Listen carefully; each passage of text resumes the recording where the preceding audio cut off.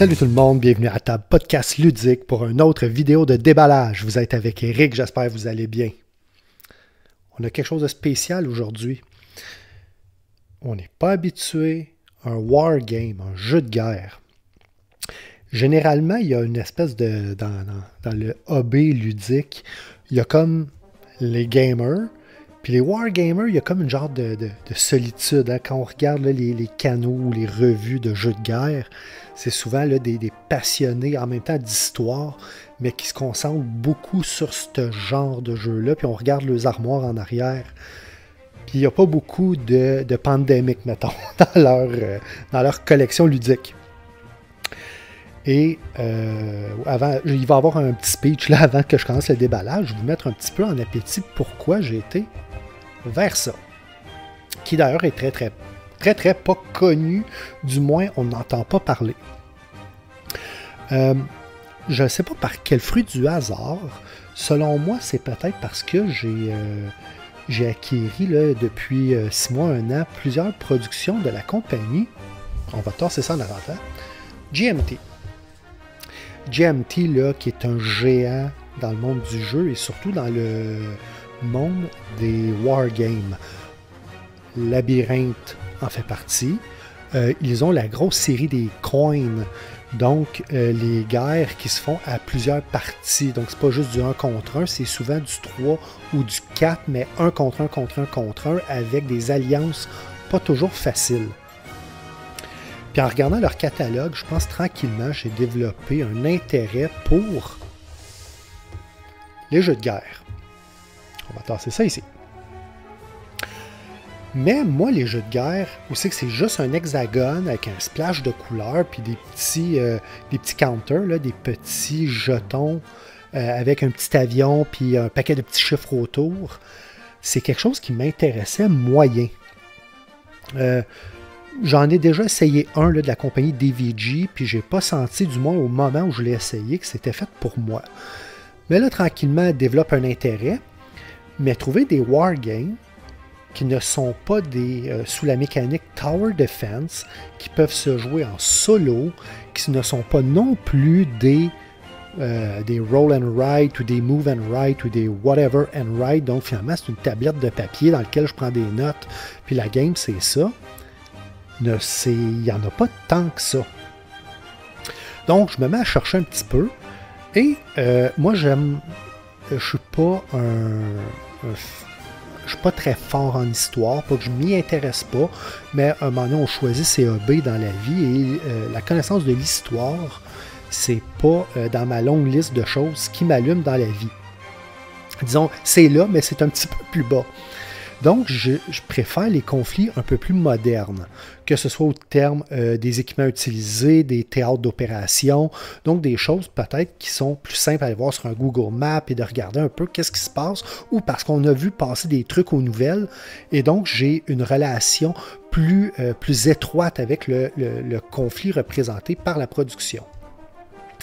Je me mets à chercher, et je trouve ça, la pochette, je la trouve intéressante, elle capte l'attention. Et ensuite, qu'est-ce qui a fait que je m'y suis intéressé? Première chose, je vais tasser un petit peu la lumière ici, est-ce qu'on peut? Non. Je vais essayer de le bouger là, pour enlever le faisceau de lumière. Ce n'est pas un jeu avec des jetons cartonnés, mais avec des blocs de bois. Le fan de jeux euro en moi trouvait ça bien intéressant. Puis au niveau tactile, quand on joue en solo, on n'a pas un adversaire avec qui on peut avoir une interaction. La seule interaction qui existe, c'est avec le jeu. Donc si le niveau tactile est intéressant, pour moi, c'était mieux. Deuxième raison, commence à lire un petit peu. Puis là, je ne vous ferai pas toute l'histoire parce que je ne la maîtrise pas. Mais je vais sûrement continuer à lire. C'est un produit qui a été fait par 2 étudiants de l'Université McGill à Montréal.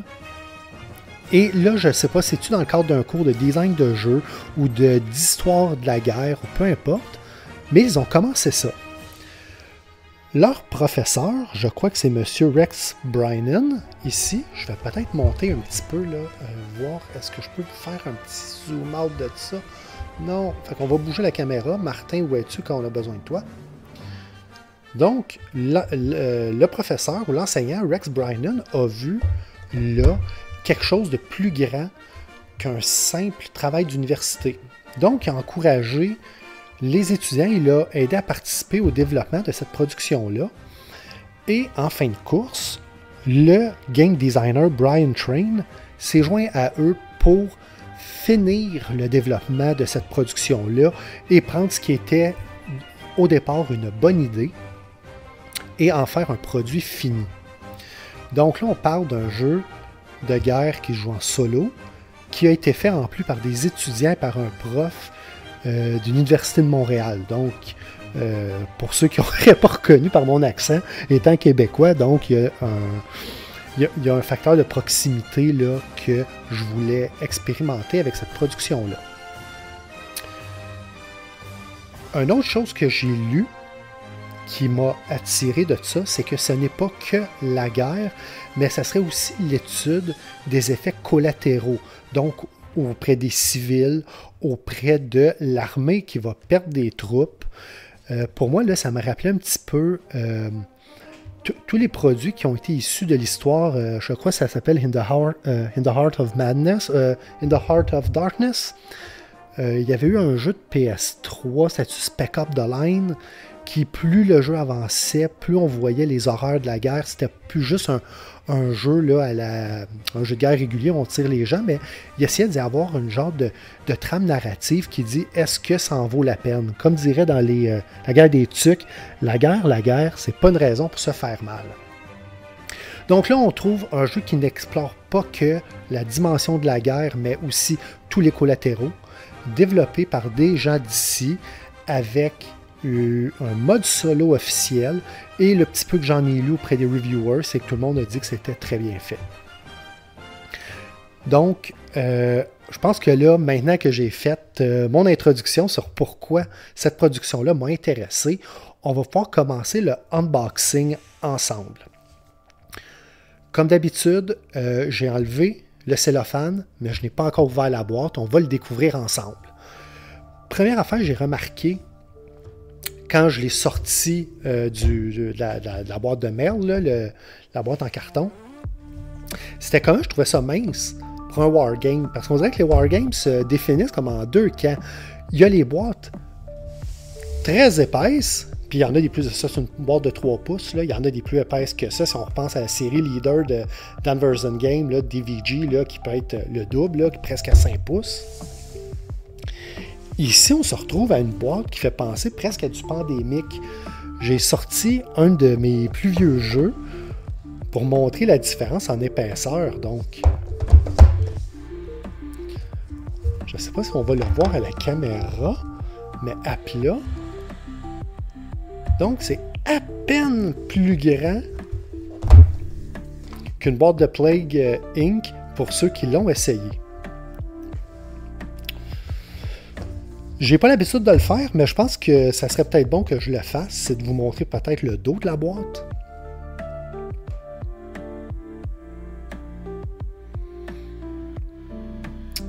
Un à 2 joueurs, 14 ans et plus, environ 90 minutes la partie, par Nuts Publishing. Nuts, c'est une compagnie que je commence à apprendre à connaître. Ils ont quelques jeux de guerre qui semblent intéressants. Puis, je crois que j'ai eu de eux Diluvium, qui a été mon premier unboxing sur la chaîne là, que j'avais filmé à la verticale. Si la qualité de production est aussi bonne qu'avec Diluvium, on va avoir quelque chose de bien le fun ici. On rouvre ça. On le sentait un peu, là. Carton cheap. Ça se tient pas très bien, mais c'est juste la boîte. Si ce qu'il y a dedans est le fun, on s'en fout un peu.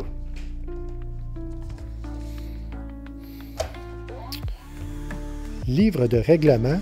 Première chose qu'on va aller voir. 19 pages. 19 pages, ça a l'air beaucoup, mais c'est pas tant que ça quand on sait que dans 1 euro, là, souvent là, on s'attaque à des livres de règlement. Maintenant, c'est 20 pages, mais ces 20 pages, là, c'est gros comme une planche de plywood, ou sinon, ça va être du 25 pages environ. À l'œil, il semble bien organisé, puis la quantité de texte ne semble pas très élevée pour un jeu de guerre. Donc, on peut présumer ou il est un des pires livres de règlement que je vais lire, ou le design est assez smooth pour dire qu'avec très peu de mots, ils peuvent exprimer beaucoup d'idées. Avec 2 pages dédiées au mode solo. Oh, ça c'est rare, la liste des composants qui est à la toute fin. Rien ici. Commande les boys, ça serait le fun qu'on ait toujours au moins un petit peu peut-être le résumé là, des tours, à moins qu'il soit sur le board directement, mais le Euro Player en moi voit ça ici comme de l'espace perdu, bien que le tout a l'air de bonne facture. Les notes de design. Ça peut être le fun. Je disais que j'étais pas très bon en histoire, mais si je vois ici là, de Rise of Daesh, background et l'opération, donc d'avoir la mise en contexte géopolitique, ça peut être le fun pour être plus investi dans ce qu'on va faire. Donc ça, c'est un beau surplus. Je ne sais pas au niveau des jeux de guerre si c'est habituel d'avoir ça, mais là, je suis content de le voir. On a des cartes en masse. Donc, comme d'habitude, on rouvre ça à la fin. Ah, remarquez que là, on le fera peut-être avant le board. On va mettre ça de côté. 2 dés. Qu'est-ce qu'ils ont l'air, les dés?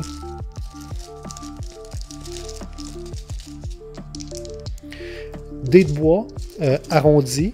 Je préfère les dés de bois aux dés de plastique très carrés. Surtout que là, c'est pour les rouler et non pas juste pour dire 5 unités, 6 unités. Dans ce cas-là, un bon dé carré, c'est le fun. Par contre, il semble juste un peu léger, comme si la densité du bois n'était pas très élevée. Mais ça reste des dés. On n'en fera pas une maladie.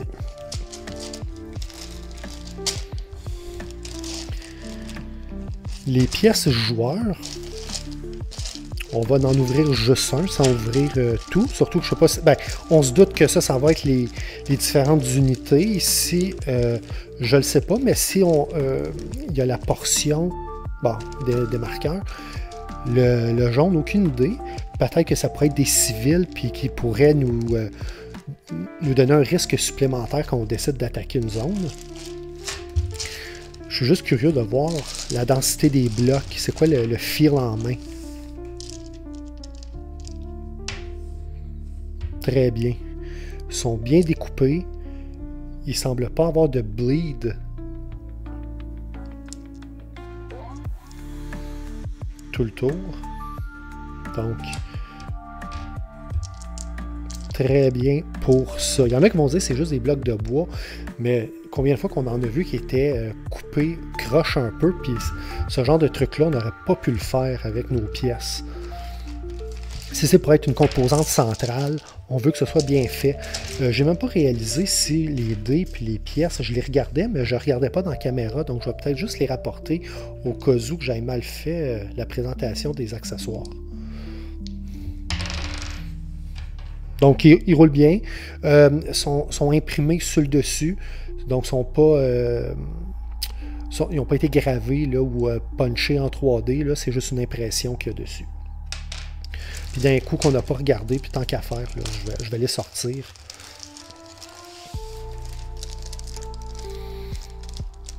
Des blocs et des marqueurs, j'aime ça. Des gros morceaux de bois, là, donc il aurait pu nous donner juste des petits jetons en carton, mais tant qu'à, des grosses pièces de bois. Je trouve ça bien le fun. C'est quand même un jeu qui est assez dispendieux pour l'épaisseur de la boîte. C'est-tu le seul? Je pense que c'est le seul punchboard auquel on va avoir droit.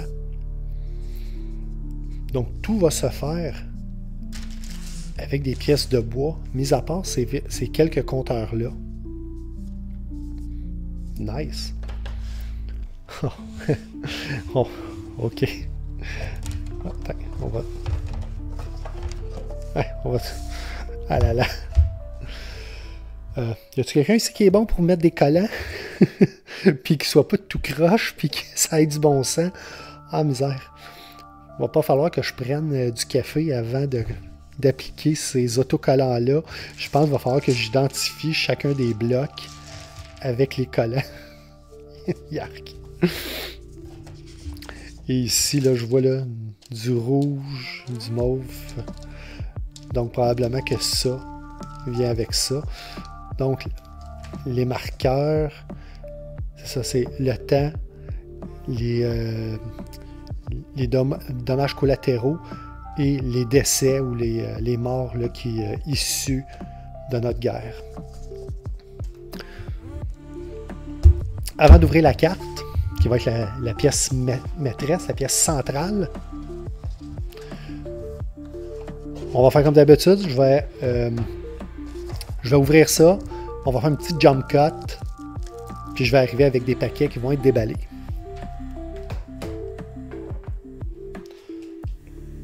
On est de retour avec 1. On va le mettre ici. 2. Et 3 paquets de cartes. On va se garder ça pour la fin. Les capacités, unités additionnelles, unités de base et des événements. On va mettre les événements dans l'autre paquet ici, puis on va les regarder ensemble tantôt d'un coup. Peut-être si je vous faisais un petit zoom, ça serait plus facile pour vous, peut-être comme ça. Je crois que c'est un jeu quand même qui va être assez text-heavy là, sur les cartes, là, donc peut-être pas beaucoup de pictogrammes. Il va falloir lire et mettre en contexte là, chacune de ces cartes-là.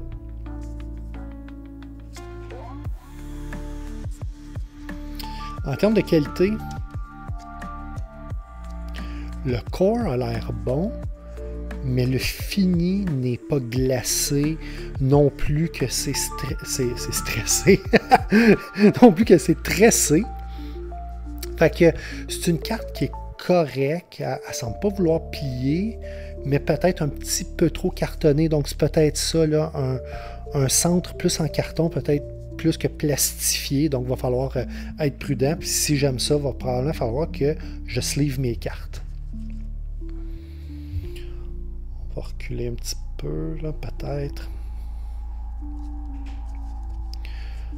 Conseil militaire.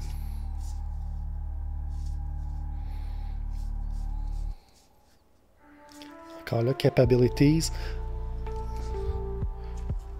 Donc, probablement les capacités de Daesh.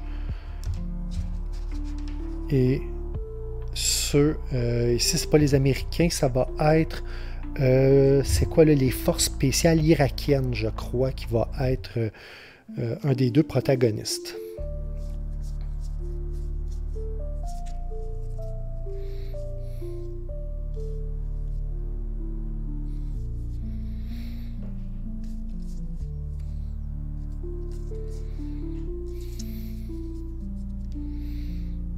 Ah, Military Council, soudainement, je viens de me dire, c'est peut-être le mode solo qui est là-dessus. D'où le fait qu'il va y avoir des décisions à prendre, puis ça va être contextualisé. Ça doit être ça, c'est peut-être le mode solo qui est ici.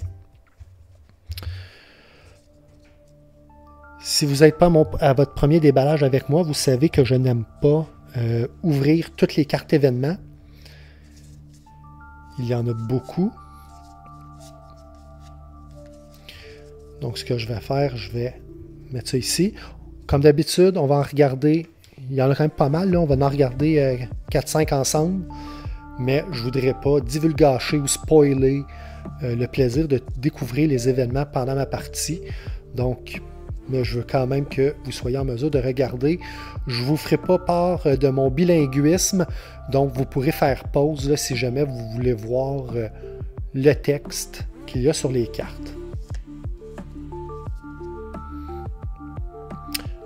Mais on voit que c'est encore là c'est très texte-heavy, c'est pas juste deux petites phrases. Je suis curieux de voir par rapport au livre Designer si ça s'intègre bien dans, appelons ça l'histoire, là. Donc, non pas que je dis l'histoire comme si je voulais amoindrir cette guerre-là, mais dans ce que le jeu va vouloir nous raconter là, ou nous résumer de ce conflit-là. Je viens de réaliser par contre que c'est probablement des vraies photos. Donc encore là, pour nous montrer un petit peu les horreurs de la guerre. Je vais probablement... mon fil YouTube et Wikipédia vont sûrement être très très pleins de ce conflit-là. Je vais probablement vouloir m'y intéresser. Donc un 8-fold. On est dans la mode, encore là, GMT Wargaming, et non pas dans la mode traditionnelle des euros. C'est rare qu'on voit ça, un dos en blanc. Je m'éloigne de vous. Le temps d'essayer de déplier ça sans tout accrocher mon grabat. OK.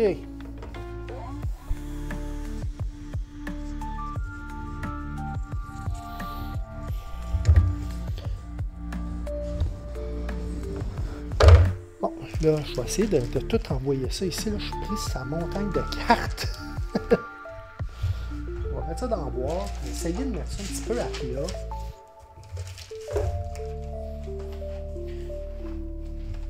C'est bon, comme ça. Est-ce qu'on a d'autres choses en dessous? À part le petit pack de silice. Bon!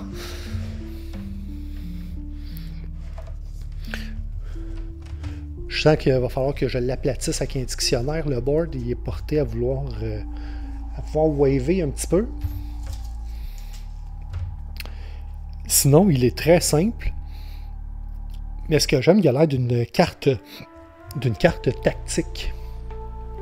Donc, probablement qu'avec des écarts de couleurs subtils comme ça, quand on va mettre nos différents pions, probablement que ça va ressortir et ça ne fera pas du bruit dans l'ergonomie de jeu. On a ici différentes lignes ici là, de différentes tracks. Les morts et les dommages collatéraux. Puis on voit là que l'espèce de secousse sismique devient de plus en plus importante. Ensuite, ici, on a probablement le compteur de tours. Là. Tantôt, on a vu un jeton de temps, probablement là. Une place pour l'événement courant. Puis on voit au bout, là, je vois Daesh Priority Card. Puis ici, le ISF Priority Card. Donc probablement le fait que c'est un jeu de confrontation à la base 1 contre 1. Il y a probablement là-dessus une importance par rapport aux cartes qu'on met ici. Sinon, ce qui est bien, je ne sais pas si je vais pouvoir le pogner à la caméra.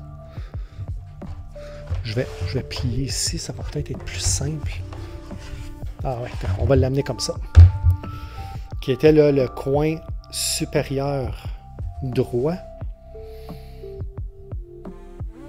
Donc, les informations de jeu avec la rose des vents, puis le carré où se trouve la ville de Mossoul. Je crois que c'est en Irak.